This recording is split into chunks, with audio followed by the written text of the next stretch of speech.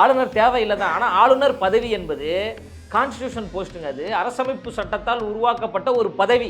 அங்கே தான் நம்ம போய் முறையிட்டு ஆகணும். வேறு எங்கே போய் முறையிட? சில வழக்கறிஞர்கள், சில அரசியல் விமர்சகர்கள் என்ற போர்வையில் இருக்கக்கூடிய சில தற்கூரிகள் ஊடகத்தில் உட்காந்து என்ன பேசுகிறாங்க? நைட்டு 8 மணிக்கு எதுக்கு அந்த பொண்ணு அங்கே போச்சு, எதுக்கு அந்த புதருக்கு பின்னாடி போச்சு? அப்போ இப்படிலாம் பேசுவதற்கான சூழலை உருவாக்கியது எது? அந்த எஃப்ஐஆர் தானே. அப்போ உங்களுடைய அட்வைஸ் எல்லாமே ஏன் பெண்களை நோக்கி இருக்கு? ஏன் ஆண்களுக்கு நீங்கள் எந்த கருத்தும் சொல்ல மாட்டீங்களா? எங்கள் கட்சியை சார்ந்த மகளிர் அணி நிர்வாகிகள் துண்டறிக்கை கொடுக்குறாங்க. பெண்களுக்கு நாங்கள் பாதுகாப்பாக இருப்போம், இந்த அரசை நம்பி எந்த பிரயோஜனமும் கிடையாது, நான் என்றும் உங்களுக்கு ஒரு அண்ணனாக துணை நிற்பேன் என்று எங்கள் தலைவர் அவர்கள் கைப்பட எழுதிய கடிதத்தை, துண்டு பிரசுரத்தை மக்களிடம் நாங்கள் கொடுக்குறோம். இதில் என்ன பிரச்சனை இருக்குது? கைது செய்யப்பட்டிருக்காங்க. எங்களுடைய தோழர்கள் எல்லாம் கைது செய்யப்பட்டிருக்காங்க. மகளிர் அணியை சார்ந்தவர்கள் கைது செய்யப்பட்டிருக்காங்க. எங்கள் பொதுச் செயலாளர் அவர்கள் துண்டறிக்கை கொடுக்குறாங்க. எங்கள் பொதுச் செயலாளர் கைது செய்யப்பட்டு மண்டபத்தில் அடைக்கப்பட்டிருக்காரு. மூதாட்டி ஒருத்தர் செருப்பை கலட்டி கொண்டு முதலமைச்சருடைய புகைப்படத்தை நோக்கி வீசுறாங்க. அந்த வீடியோவை பதிவு செய்தவரை காவல்துறை கைது செய்தது. இப்போ அந்த மூதாட்டியை கைது செய்வதற்கும் காவல்துறை கங்கணம் கட்டி கொண்டிருக்கு. ஏன் இந்த காவல்துறையை வைத்துக்கொண்டு வேங்க வயலில் மலத்தை கொட்டி 2 ஆண்டுகள் ஆயிடுச்சுல்ல, அந்த குற்றவாளியை தேடி நீங்கள் கண்டுபிடிச்சிருக்கணுமா கூடாதா? ஆளுநருக்கு ஒரு அழுத்தம் கொடுக்குறோம். சும்மா உட்காந்து வேடிக்கை பார்க்காதீங்க தயவுசெய்து. உங்களுக்குன்னு ஒரு பவர் இருக்குது. அந்த பவரை பயன்படுத்தி இந்த அரசுக்கு ஒரு அட்வைஸ் கொடுங்க. இங்கே மக்கள் எல்லாரும் ஒரு பதட்டத்தில் இருக்கிறாங்க, ஒரு அச்ச உணர்வோடு இருக்கிறாங்க. சாமானியர்கள் வாழக்கூடிய ஒரு சூழலாக இந்த தமிழ்நாடு இல்லை. ரொம்ப ஒரு மன உளைச்சலை ஏற்படுத்துது. தயவுசெய்து ஒரு நடவடிக்கை எடுங்க. சும்மா ஒரு ஆளுநர்ன்ற ஒரு பதவியை வாங்கி வச்சுட்டு சும்மா இருக்காதீங்க, ஒரு நடவடிக்கை எடுங்க. நாங்கள் ஆளுநருக்கும் அழுத்தம் கொடுத்துருக்குறோம்.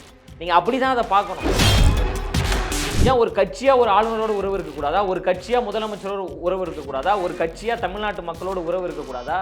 பொலிட்டிக்கல் பார்ட்டிங்க. நாங்கள் தேர்தல் ஆணையத்தால் அங்கீகரிக்கப்பட்ட ஒரு கட்சிங்க, பதிவு செய்யப்பட்ட ஒரு கட்சிங்க, ஏற்றுக்கொள்ளப்பட்ட ஒரு கட்சிங்க. 90 லட்சம் உறுப்பினர்கள் எங்கள் கட்சியில் இருக்கிறாங்க. அடுத்து வரக்கூடிய சட்டமன்ற தேர்தலை நாங்கள் எதிர்கொள்ள போகிறோம். வணக்கம். வணக்கம். என்ன சொல்றாரு ஆளுநர்? அறிக்கையில் என்ன இருக்குதோ அதுதான் தலைவர் ஆளுநரிடம் பேசினாங்க. ஓகே, பெஞ்சல் புயல் நிவாரண நிதி கேட்கறதுக்காக போயிருக்காங்க. அதுக்கப்புறமா அண்ணா பல்கலைக்கழக பாலியல் விவகாரம் தொடர்பா, அதுக்கப்புறம் இப்போ தமிழ்நாட்டில் சட்டம் ஒழுங்கு சீர்கெட்டு இருக்கு அப்படின்ட்டு, இவ்வளோதானா? நடப்பில் என்ன நடந்துக்கிட்டு இருக்கோ அதை நம்ம பேசுகிறோம். சட்ட ஒழுங்கு சந்தி சிரித்து கொண்டு தான் இருக்குது. பெண்களுக்கு பாதுகாப்பு இல்லை. ஒன்றிய அரசிடமிருந்து தமிழ்நாடு அரசு நிவாரண உதவித்தொகை கேட்டாங்க. அதை ஒன்றிய அரசு கொடுக்கலை. 2000 கோடி கேட்டார். நம்ம தமிழ்நாடு முதலமைச்சர் அவர்கள் 2000 கோடி கேட்டாங்க. ஆனால் ஒன்றிய அரசு 900 கோடி தான் கொடுத்தாங்க. ஆனால் அது போதுமானதாக கிடையாது. பாதிப்புகள் மிக அதிகம். மக்கள் அவங்களுடைய வாழ்வாதாரத்தை இழக்கக்கூடிய அளவில் மிகப்பெரிய புயல் ஏற்பட்டு சொல்லன்னா துயரத்தில் இருந்தாங்க. அந்த இழப்பீட்டு தொகையை, அந்த நிவாரண தொகையை ஒன்றிய அரசு கொடுக்க வேண்டும் என்று ஆளுநரிடம் வலியுறுத்தியிருக்கோம்ல. இது ஒரு நியாயமான ஒரு கோரிக்கை தானே, வரவேற்கக்கூடிய ஒரு கோரிக்கை தானே. நிதி கேட்டு ஒன்றிய அரசு தரமாட்டேங்கிறாங்க அப்படின்ட்டு ஆளுநர் அவர்கள்கிட்ட வாங்கி கொடுங்கன்னு கேட்கறது ஒரு பக்கம் மூக்கி. இந்த பாலியல் விவகாரம் தொடர்பா ஆளுநர்கிட்ட தான் போய் மனு கொடுக்கணுமா? வேற யார்கிட்ட கொடுக்கணும்னு நீங்க நினைக்கிறீங்க? இப்போ மாநில அரசு சரியில்லை, காவல்துறை சரியில்லை, சட்டம் ஒழுங்கு சந்தி சிரித்து கொண்டிருக்கு. மாநில அரசு நடத்தி கொண்டிருக்கின்ற ஒரு கல்லூரி வளாகத்திற்குள் மாணவி பாலியல் வன்கொடுமை செய்யப்பட்டிருக்கிறாங்க. எஃப்ஐஆர் காப்பி எப்படி வெளியில் வந்துச்சுன்னு யாருக்குமே தெரியலன்னு சொல்கிறாங்க. எதற்காக எஃப்ஐஆர் வெளியில் வந்தது? அப்போது மறைமுக மிரட்டலா? பாதிக்கப்பட்ட மற்ற சில மாணவிகள் இது போன்று வெளியில் தைரியமாக புகார் கொடுக்கக்கூடாது என்பதற்காக, மிரட்டப்படுவதற்காக எஃப்ஐஆர் வெளியில் வந்ததா? நம்ம மாநில அரசு நடவடிக்கை சரியாக எடுக்கலை, மாநில அரசு நிர்வாகம் சீர்கட்டு கிடைக்கிறது, காவல்துறை யாரோட கட்டுப்பாட்டில் இருக்குன்னே தெரியல, குற்றம் செய்த அந்த நபர் ஆளுங்கட்சியை சார்ந்தவர் என்கின்ற ஒரு விமர்சனம் இருக்குது, ஒரு பார்வை இருக்குது. எல்லாமே ஒரு அரசு செயல்பட்டு கொண்டிருக்கின்ற பொழுது அந்த அரசை கண்டித்து நம்ம யாரிடம் முறையிடுவது? எதிர்கட்சியா இருக்கும்போது ஆளுநரை சந்திச்சு மனு கொடுக்கறது அப்படிங்கிறது வழக்கமான ஒரு செயல். இது எல்லா கட்சிகளும் முறை மாறாம பண்ணிட்டே வந்துட்டு இருக்காங்க. தமிழக வெற்றி கழகம் ஆளுநர் அப்படின்ற பதவியே வேண்டாம் அப்படின்னு திரும்பவும் நாங்க ஒரு சொல்றோம். முழக்கமா பொது மேடையில அவங்க சொல்லியிருக்காங்க. பொது மேடையில மட்டும் கிடையாது மேடம், உங்ககிட்டே நான் இப்ப சொல்றேன் மேடம், ஆளுநர் வேணாங்க. ஆளுநர் என்பது ஆளுநராக இருந்தால் சரி, ஆனால் ஆளுநர் அரசியல் கட்சி தலைவர் போன்று செயல்படுகின்ற பொழுது, இந்த மாநிலத்தின் உரிமைக்கு எதிராக செயல்படுகின்ற பொழுது, இந்த மாநிலத்தினுடைய சுயாட்சிக்கு எதிராக செயல்படுகின்ற பொழுது அந்த ஆளுநர் தேவை கிடையாது. அந்த ஆளுநரை நாங்கள் வேண்டாம் என்று வலியுறுத்துகிறோம் என்று எங்கள் தலைவர் மாநாட்டில் சொன்னார்ல, அதில் நாங்கள் சொல்லலைன்னு சொல்லலையே. ஆளுநர் தேவையில்லை தான். ஆனால் ஆளுநர் பதவி என்பது கான்ஸ்டியூஷன் போஸ்ட்டுங்க. அது அரசமைப்பு சட்டத்தால் உருவாக்கப்பட்ட ஒரு பதவி. அங்கே தான் நம்ம போய் முறையிட்டு ஆகணும். வேறு எங்கே போய் முறையிட சொல்கிறீங்க? நேற்று நீதிமன்றம் மிக வன்மையாக கண்டித்திருக்கு தமிழ்நாட்டு அரசை. அந்த பாதிக்கப்பட்ட பெண்மணிக்கு 25 லட்சம் ரூபாய் இழப்பீட்டு தொகை கொடுங்க அப்படின்னு சொல்லியிருக்கிறாங்க. அந்த பெண்ணை குற்றச்சாட்டும் வகையில் உங்களுடைய எஃப்ஐஆர் இருக்கு. இது ஒழுக்கக்கேடான ஒரு எஃப்ஐஆர் என்று தமிழ்நாடு காவல்துறையை உயர்நீதிமன்றம் கண்டித்ததா இல்லையா? கண்டிச்சிருக்குல்ல. அப்போ இந்த அரச நிர்வாகம் அந்த மாணவிக்கு எதிராக செயல்படுவது போன்றதான் இருக்கு. ஒரு எஃப்ஐஆர் காப்பியில் எப்படிங்க பொண்ணோட பேரு, பொண்ணோட விலாசம், பொண்ணோட தொலைபேசி எண், பொண்ணோட முகவரி, இது எஃப்ஐஆரா? இந்த எஃப்ஐஆரை பார்த்து கொண்டு சில வழக்கறிஞர்கள், சில அரசியல் விமர்சகர்கள் என்ற போர்வையில் இருக்கக்கூடிய சில தற்கூரிகள் ஊடகத்தில் உட்காந்து என்ன பேசுகிறாங்க? நைட்டு 8 மணிக்கு எதுக்கு அந்த பொண்ணு அங்கே போச்சு, எதுக்கு அந்த புதருக்கு பின்னாடி போச்சு? அப்போ இப்படிலாம் பேசுவதற்கான சூழலை உருவாக்கியது எது? அந்த எஃப்ஐஆர் தானே. அப்போ உங்களுடைய அட்வைஸ் எல்லாமே ஏன் பெண்களை நோக்கி இருக்கு? ஏன் ஆண்களுக்கு நீங்கள் எந்த கருத்தும் சொல்ல மாட்டீங்களா? ஆண்கள் ஒழுக்கமாக இருங்க, பெண்களை சகோதரிகளாக பாருங்க, அக்கா தங்கையாக பாருங்க, உடன் பிறந்தவளாக பாருங்க அப்படின்னு உங்களுடைய அட்வைஸ் இருக்காதா? ஏன் எப்பவுமே பாதிக்கப்பட்டவர்கள் மீதே நீங்கள் குற்றம் சுமத்துறீங்க? அப்போ இந்த அரசினுடைய செயல்பாடு சரியில்லைங்க. முதலமைச்சர் கண்டித்தாரா? இது குறித்து ஏதாவது பேசினாரா? இல்லை துணை முதலமைச்சர் ஏதாவது பேசினாங்களா? அண்ணா பல்கலைக்கழகம் யாரோட கட்டுப்பாட்டில் இருக்குங்க? அரசினுடைய கட்டுப்பாடுங்க. அரசு கல்வி நிறுவனங்க. அரசு தானங்க பொறுப்பேற்கணும். காவல்துறை தானே பொறுப்பேற்கணும். அரசு பொறுப்பேற்கணும். அரசை எதிர்த்து ஒரு பெரிய ஆர்ப்பாட்டம் நடத்தலாமே, போராட்டம் நடத்தலாம். தமிழ்நாடு முழுவதும் ஆர்ப்பாட்டம் அதிமுக எதிர்கட்சி பண்ணி கொண்டிருக்கு. எதிர்கட்சிகள் எல்லாம் பண்ணிக்கிட்டு இருக்காங்க. அனுமதி கொடுக்குறீங்களா நீங்க? முதல்ல போராட்டம் நடத்துவதற்கு அனுமதி இந்த காவல்துறை கொடுக்குதா? இந்த அரசாங்கம் கொடுக்குதா? எங்க கொடுக்குறாங்க? போராட்டம் அறிவிச்சாங்க அன்னைக்கு. முன்னாள் பிரதமர் மன்மோகன் சிங் இறந்துட்டாரு அப்படின்றதுக்காக அவங்கள தானே தள்ளி வச்சிருந்தாங்க. இன்னைக்கு அப்ப ஏன் கைது செய்யப்பட்டாங்க எல்லாருமே? தமிழ்நாடு முழுவதும் எதிர்கட்சி சார்ந்த போராட்டத்தில் ஈடுபட்டவர்களை ஏன் கைது செய்யறாங்க? எங்க கட்சியை சார்ந்த மகளிரணி நிர்வாகிகள் துண்டறிக்கை கொடுக்குறாங்க. பெண்களுக்கு நாங்க பாதுகாப்பாக இருப்போம், இந்த அரசை நம்பி எந்த பிரயோஜனமும் கிடையாது, நான் என்றும் உங்களுக்கு ஒரு அண்ணனாக துணை நிற்பேன் என்று எங்க தலைவர் அவர்கள் கைப்பட எழுதிய கடிதத்தை, துண்டு பிரசுரத்தை மக்களிடம் நாங்க கொடுக்குறோம். இதுல என்ன பிரச்சனை இருக்கு? கைது செய்யப்பட்டிருக்காங்க. எங்களுடைய தோழர்கள் எல்லாம் கைது செய்யப்பட்டிருக்காங்க. மகளிர் அணியை சார்ந்தவர்கள் கைது செய்யப்பட்டிருக்காங்க. எங்க பொதுச் செயலாளர் அவர்கள் துண்டறிக்கை கொடுக்குறாங்க. எங்க பொதுச் செயலாளர் கைது செய்யப்பட்டு மண்டபத்தில் அடைக்கப்பட்டிருக்காரு. அதுக்கு முறைப்படி பெர்மிஷன் வாங்கியாச்சா சார்? இது என்னங்க பர்மிஷன்?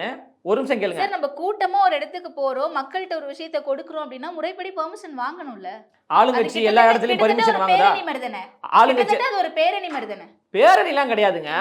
தனியா ஒருத்தர் வராங்கன்னா அவங்க கிட்ட துண்டறிக்கை கொடுத்து இந்த மாதிரி ஒரு உங்களுக்கு நாங்க துணை நிற்கிறோம் என்கின்ற ஒரு பரப்புரை, அதெல்லாம் எந்த சட்ட ஒழுங்கு பிரச்சனையும் வரப்போறது கிடையாது. ஒரு விதிமுறை இருக்கு. எல்லாத்தையுமே நம்ம சொல்லி தான் முறைப்படுத்தி தொலைபேசி வாயிலாக தொடர்பு கொண்டு அந்த லோக்கல் காவல் ஆய்வாளரிடம் பேசி தான் ஒழுங்குபடுத்தப்படும். இருந்தாலும் தமிழ்நாடு முழுவதும் தமிழக வெற்றி கழகம் மட்டும் கிடையாது, அதிமுகவை சார்ந்தவர்கள், பல மற்ற கட்சியை சார்ந்தவர்கள் இந்த பாலியல் தொடர்பாக போராடக்கூடியவர்களை முடக்குவது, கைது செய்வது, வழக்கு பதிவு செய்வது, இது குறித்து சமூக வலைதளத்தில் ஏதாவது ஒரு பதிவு போட்டோன்னா அதற்கு வழக்கு பதிவு செய்வது, இதுதானே சர்வதிகாரம், இதுதானே பாசிசம் நம்ம சொல்கிறோம். ஏங்க அந்த குற்றவாளி மீது ஏற்கனவே 20க்கும் மேற்பட்ட வழக்கு இருக்குங்க. அந்த குற்றவாளிக்கு, அந்த கயவனுக்கு அந்த கல்லூரி வளாகத்துக்குள்ள என்ன வேலை? அப்போ அந்த குற்றவாளியை கண்காணிப்பில் காவல்துறை வைத்திருக்கணுமா கூடாதா? எங்கே போகிறான், எங்கே வரான், என்ன பண்ணிக்கிட்டு இருக்கான் அப்படின்றத காவல்துறை கண்காணிக்கணும்ல. காவல்துறை கண்காணித்ததா இல்லையா? அப்போ அந்த பாலியல் வன்கொடுமைக்கு அவன் மட்டும்தான் காரணமா? ஒட்டுமொத்த அரசு நிர்வாகமே காரணம் தான் சொல்ல முடியும். காவல்துறை அவனை கட்டுப்படுத்தி வைத்திருந்தா, வாரத்திற்கு ஒரு முறை அவனை கூப்பிட்டு விசாரித்திருந்தா, என்ன உன்னை எப்போ பார்த்தாலும் அந்த கல்லூரி வளாகத்துக்குள்ளே போயிட்டு இருக்கேன், உனக்கு அந்த கல்லூரிக்கு என்ன, அங்கே உள்ள உனக்கு என்ன பிரச்சனை, எதுக்கு உள்ளே போறேன்னு அவனை கூப்பிட்டு விசாரித்திருந்தா தவறு நடந்திருக்குமா? 20 வழக்கு இருக்குங்க அவன் மேலே. மிக கொடிய குற்றவாளின்னு சொல்றாங்க. அந்த குற்றவாளி எப்படி கல்லூரி வளாகத்துக்குள்ளே போனாங்க? இப்போ ஒவ்வொரு கல்லூரி வளாகத்தையும் சீர் செய்ய வேண்டும், பராமரிக்க வேண்டும் என்பதற்காக நிதி ஒதுக்குறாங்களே, அதெல்லாம் சரியாக கண்காணிக்கிறாங்களா? கேட்டால் சிசிடிவி ஒர்க் ஆகலை அப்படின்னு சொல்கிறாங்க. அப்போ யாராவது ஒருத்தர் பாதிக்கப்பட்டாதான் அங்கே சிசிடிவி ஒர்க் ஆகலன்னு தெரியுமா? இப்போ யாராவது ஒருத்தர் இறந்து போனால் தான் நீங்கள் அதுக்கு தீர்வு கொடுப்பீங்களா? அப்போ இதுக்கு உயர்கல்வித்துறை பொறுப்பேற்கணும்ல, தமிழ்நாடு அரசு பொறுப்பேற்கணும்ல, காவல்துறை பொறுப்பேற்கணும்ல. அப்போ அது இது ஒரு மக்களுக்கான தன்னியல்பான ஒரு எழுச்சியான ஒரு போராட்டமாக இருக்குது. மிகப்பெரிய ஒரு துயரமான ஒரு சம்பவம். கல்வி நிறுவனம் என்பது, அண்ணா பல்கலைக்கழகம் என்பது சாதாரண நிறுவனம் கிடையாது. ஒரு பழமை வாய்ந்த, ஒரு புகழ்பெற்ற ஒரு பெரிய கல்வி நிறுவனம். அங்கே படிக்கக்கூடியவர்கள் எல்லாமே முதன்மையான மதிப்பெண் எடுப்பவர்களுக்கு தான் அங்கே இடம் கிடைக்கும் அந்த கல்லூரியில். அப்படி படிக்கக்கூடிய மாணவிக்கு கல்லூரி வளாகத்துக்குள்ளேயே ஒரு பாலியல் வன்கொடுமை நடக்குதுன்னா அது எவ்வளோ பெரிய ஒரு கொடூரமான ஒரு சம்பவம். அப்போ இது குறித்து பேசாமல் எது குறித்து பேசுறது? அப்போ அதன் மீது நீங்கள் நடவடிக்கை எடுங்கன்னு நம்ம ஆளுநர்கிட்ட சொல்லியிருக்கிறோம். இப்போ நடவடிக்கை எடுங்கன்னா ஆளுநருக்கும் பொறுப்பு இருக்குது. நீங்கள் துணைவேந்தரை இன்னும் நியமிக்காமல் இருக்கிறீங்க. அவங்க துணைவேந்தரை சொல்லி காரணம் காட்டி தப்பித்துக் கொள்கிறார்கள். துணைவேந்தரை நீங்கள் நியமிங்கன்னு நீங்கள் அப்படி புரிஞ்சுக்கோங்க. ஆளுநர்கிட்ட போய் ஒரு மனு கொடுக்குறாரு.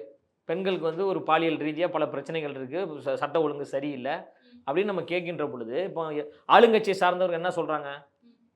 கல்லூரிகளுக்கு வந்து துணைவேந்தரை நியமிக்காமல் இந்த ஆளுநர் தான் ஒரு முட்டுக்கட்டையாக இருக்கிறாருன்னு நம்ம சொல்கிறாங்கல்ல. இப்போ நம்ம அது இந்த மனு கொடுக்கின்ற பொழுது அது ஆளுநருக்கும் ஒரு அழுத்தம் கொடுப்பது தான். நீங்கள் இன்னும் துணைவேந்தரை நியமிக்காமல் இருக்கிறீங்க, துணைவேந்தரை நியமிங்க. நியமித்தாதான் இந்த ஒட்டுமொத்த ஸ்ட்ரக்சரும் செயல்படக்கூடிய ஒரு சூழலில் இருக்குது. எல்லாம் செயல்பட்டால் தான் இங்கே வந்து பெண்கள் பாதுகாக்கப்படுவாங்க கல்வி நிறுவனங்கள்ல அப்படின்ற ஒரு அழுத்தமாகவும் நீங்கள் பாருங்க. ஆளுநருக்கு அழுத்தம் கொடுக்கறது மூலமாகவோ இல்லை மனு கொடுக்கறது மூலமாகவோ அடுத்த நகர்வு என்னவா இருக்கும்னு நீங்க நினைக்கிறீங்க? இது வந்து ஒரு மிகப்பெரிய ஒரு நெருக்கடியை ஏற்படுத்தும். இந்த அரசுக்கு நெருக்கடியை ஏற்படுத்தும், காவல்துறைக்கு நெருக்கடியை ஏற்படுத்தும். இப்போ தேசிய மகளிர் ஆணையம் வந்து இப்போ விசாரித்து கொண்டு இருக்கிறாங்க. ஒரு குற்றவாளி தான் இருக்கிறாங்களா, இல்லை பல குற்றவாளிகள் இருக்கிறாங்களா, இல்லை வந்து ஒரு பெண் தான் பாதிக்கப்பட்டிருக்கா, இல்லை பல பெண்கள் பாதிக்கப்பட்டிருக்காங்களா? இப்போ சமூக வலைதளத்தில் பலர் பதிவு செய்கிறாங்களே, 5 ஆண்டுகளுக்கு முன்பு இதே போன்று நடந்தது, 10 ஆண்டுகளுக்கு முன்பு இதே போன்று நடந்திருக்கிறது என்று சமூக வலைதளத்தில் பாதிக்கப்பட்டவர்களுடைய தோழிகள் எல்லாம் கருத்து சொல்கிறாங்களே. இது பல ஆண்டுகளாக நடந்துக்கிட்டு இருக்கு, இப்போதான் இது வெளியில் வந்திருக்கு அப்படின்ற ஒரு சூழல் ஏற்படுது. புதுக்கோட்டையில் 2 நாளுக்கு முன்பு ஒரு பாலியல் தொடர்பான ஒரு மரணங்கள் நடந்திருக்கு. இப்போ கன்னியாகுமரியில் ஒரு கூடைப்பந்து வீராங்கனைக்கு பாலியல் சீண்டல்கள் நடந்திருக்கு. அப்போது இங்கே இருக்கின்ற காவல்துறை, முதலமைச்சர் சொன்னார்ல, இரும்பு கரம் கொண்டு நான் அடக்குவேன், சட்டம் ஒழுங்கை நான் பாதுகாப்பேன், எந்த குற்றச்செயல்களும் நடக்காமல் நான் பார்த்து கொள்வேன் அப்படின்னு தானே தேர்தல் பரப்புரையில் அவர் சொன்னார். அதை நம்பி தானே தமிழ்நாட்டு மக்கள் ஓட்டு போட்டாங்க. அதனால தான் நீங்கள் தமிழ்நாட்டின் முதலமைச்சரானீங்க.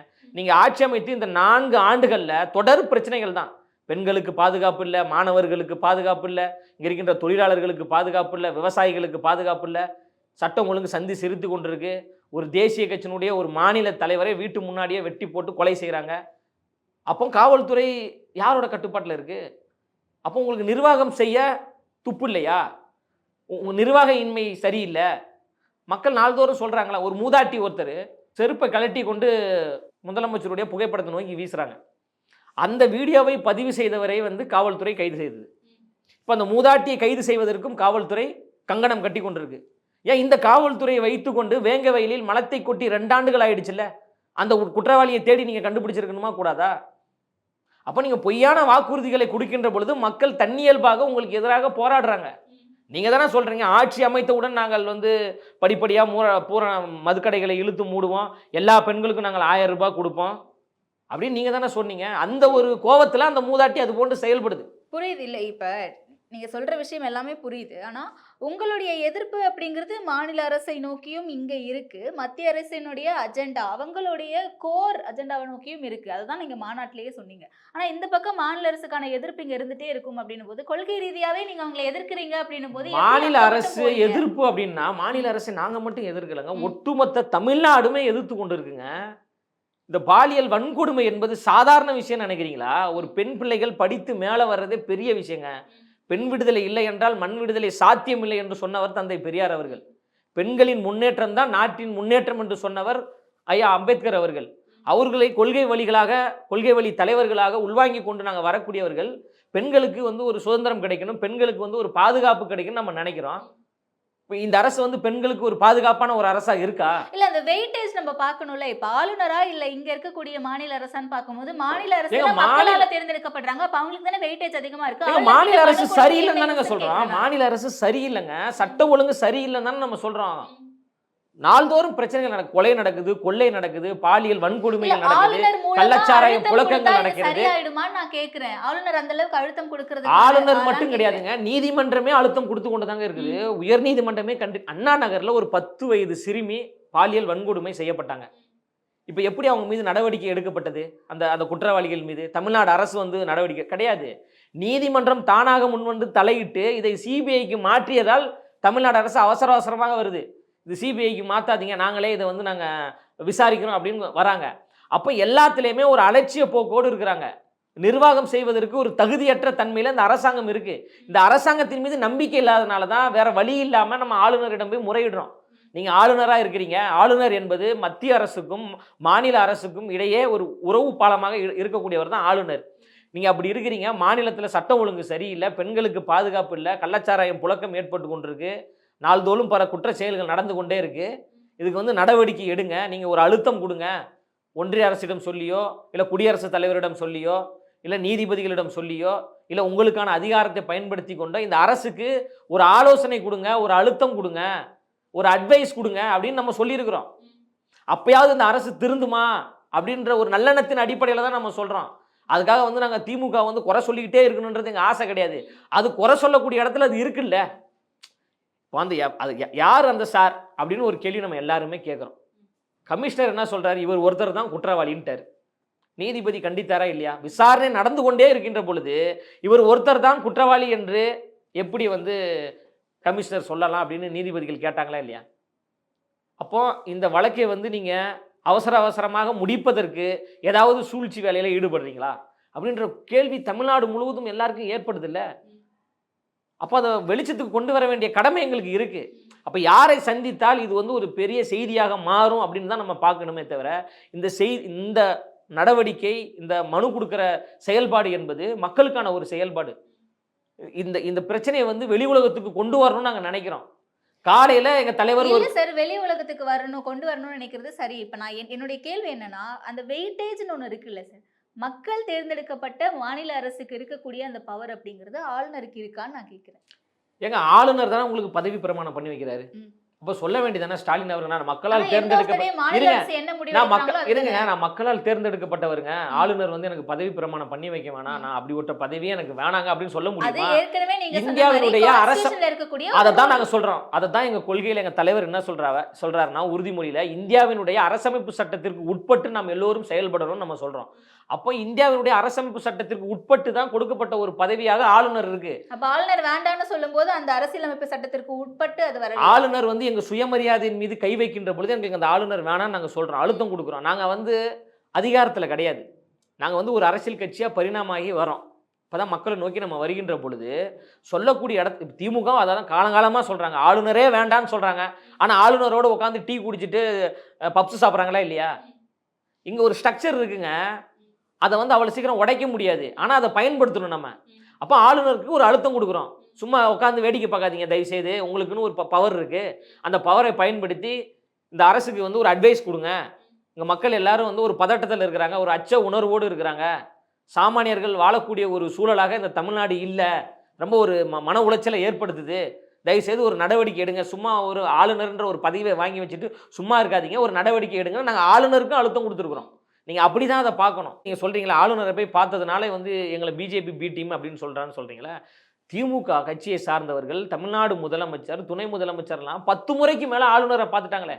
அப்போ திமுக பிஜேபி பி டீம் கிடையாது, அப்போ திமுக பிஜேபி தான். அதுதான் சொல்றேன், நீங்க கான்ஸ்டிடியூஷன் படி போய் மீட் பண்றீங்கன்னு உங்களுடைய கிளாரிஃபிகேஷன் வைக்கும்போது அவங்களும் அந்த கிளாரிஃபிகேஷன் வைக்கலாமே நான் கேட்குறேன். வச்சுட்டு போங்கன்னு தான் சொல்கிறேன். நீங்கள் எதற்காக பிஜேபி பி டீம் முத்திர குத்துறீங்கன்னு கேட்குறேன்.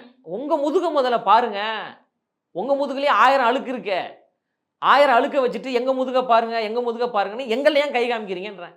நீங்க பல முறை ஆளுநரை போய் பார்க்குறீங்க, பேசுறீங்க, டெல்லிக்கு போனால் மோடி அவர்களை பார்க்குறீங்க, பேசுறீங்க, அமித்ஷா அவர்களை பார்க்குறீங்க, பேசுறீங்க, ராஜ்நாத் சிங் அவர்களை கூட்டிட்டு வந்து கலைஞர் ஐயாவுக்கு நாணயம் வெளியிடுறீங்க. ஏன் அதுலலாம் வந்து உங்களுக்கு பிஜேபி கிடையாதா? மத்திய அரசோட அந்த உறவு அப்படிங்கிறது வேணும் தானே? ஏன் ஒரு கட்சியா ஒரு ஆளுநரோட உறவு இருக்கக்கூடாதா? ஒரு கட்சியா முதலமைச்சரோட உறவு இருக்கக்கூடாதா? ஒரு கட்சியா தமிழ்நாட்டு மக்களோட உறவு இருக்கக்கூடாதா? பொலிட்டிக்கல் பார்ட்டிங்க நாங்கள், தேர்தல் ஆணையத்தால் அங்கீகரிக்கப்பட்ட ஒரு கட்சிங்க, பதிவு செய்யப்பட்ட ஒரு கட்சிங்க, ஏற்றுக்கொள்ளப்பட்ட ஒரு கட்சிங்க, 90 லட்சம் உறுப்பினர்கள் எங்கள் கட்சியில் இருக்கிறாங்க. அடுத்து வரக்கூடிய சட்டமன்ற தேர்தலை நாங்கள் எதிர்கொள்ள போகிறோம். மக்களால் கொண்டாடப்படக்கூடிய ஒரு தலைவராக எங்கள் தலைவர் இருக்கிறாரு. ஒரு அரசியல் கட்சி தலைவராக அவர் மாறிட்டார். இது வரைக்கும் அவர் நடிகராக இருந்தார், இப்போ வந்து ஒரு கட்சியோட தலைவராகிட்டார். அடுத்து தமிழ்நாட்டின் முதலமைச்சராக போகிறாரு. அப்போ ஒரு அரசியல் கட்சி ஒரு தலைவர் ஆளுநரை போய் சந்திக்கிறார், அதில் என்ன தவறு இருக்குது? ஆளுநரை யார் வேணாலும் சந்திக்கலாங்க. திமுகவுக்கு ஆதரவாக பேசி கொண்டிருக்கேன் அது இர்ஃபான் என்கின்ற ஒரு நபர் இருக்காரு, யூடியூபர், அவர் போய் ஆளுநரை பார்த்தாரா இல்லையா? அப்போது தேவை ஏற்படும் போது ஆளுநரை நம்ம பார்க்குறோம், அவர் மூலயமா அந்த அரசுக்கு நம்ம ஒரு அழுத்தம் கொடுக்க வேண்டிய ஒரு சூழல் இருக்குல்ல. இப்போ திமுக என்ன நினைக்குது, எங்களை கேட்கறதுக்கு யாருமே கிடையாது அப்படின்ற ஒரு மமதையோடு இருக்கிறாங்களா? அப்போ அந்த மமதையை யாரை வச்சு அடக்க முடியும்? இப்போ யாராவது ஒருத்தர் கேள்வி கேட்டாங்கல்ல, யாராவது ஒருத்தர் கொட்டணும்ல மண்டையில். எங்களால் கொட்ட முடியாது, எங்ககிட்ட ஆட்சி கிடையாது, அதிகாரம் கிடையாது. ஆனால் அந்த மாநில அரசை கேள்வி கேட்கக்கூடிய, கட்டுப்படுத்தக்கூடிய அதிகாரம் ஆளுநரிடம் இருக்குது. அப்போ ஆளுநர்கிட்ட நாங்கள் சொல்கிறோம், நீங்கள் சும்மா இருக்காதீங்க ஐயா, நாட்டில் அவ்வளோ பிரச்சனை நடந்துக்கிட்டு இருக்குது, தமிழ்நாட்டில் பல பிரச்சனைகள் இருக்குது, குரல் கொடுங்க. நீங்கள் தேவையில்லாமல் கொள்கை சார்ந்து பேசாதீங்க, பிளவுவாதத்தை ஏற்படுத்தக்கூடிய வகையில் பேசாதீங்க, நாட்டு பிரச்சனை 1000 பிரச்சனை இருக்கு, மக்கள் பிரச்சனை 1000 பிரச்சனை இருக்கு. அது குறித்து நீங்க பேசுனீங்கன்னா இதெல்லாமே இந்த திமுக 12 கொஞ்சம் நிமிஷத்துல வருமா? பயப்படும் இதெல்லாம் இந்த அப்படின்ற 12 அடிப்படையில நிமிஷத்துல நீங்க வருமா? பாருங்கன்றேன். அதுதான் சரி, இதெல்லாமே இந்த 12 நிமிஷத்துல வருமா? வருங்க. அதை தாங்க பேசியிருப்பாரு எங்க தலைவர். வேற என்னங்க பேசியிருக்க போறாரு? அந்த 3 கோரிக்கையும் பாருங்களேன். 3 கோரிக்கையுமே ஆளுநருக்கு அழுத்தம் கொடுக்கப்பட்ட கோரிக்கை தான். அதனால நீங்க வந்து அவரை போய் சந்தித்ததுனாலே எங்கள் மீது சேற்றை வாரி வீசக்கூடியவர்கள் வீசுறாங்கல்ல, அது இந்த மல்லாக்கப்படுத்து மேலே எச்சில துப்புனா என்ன ஆகுமோ அது போன்றதான் எங்களை விமர்சிக்கக்கூடிய நிலையும் இருக்கு.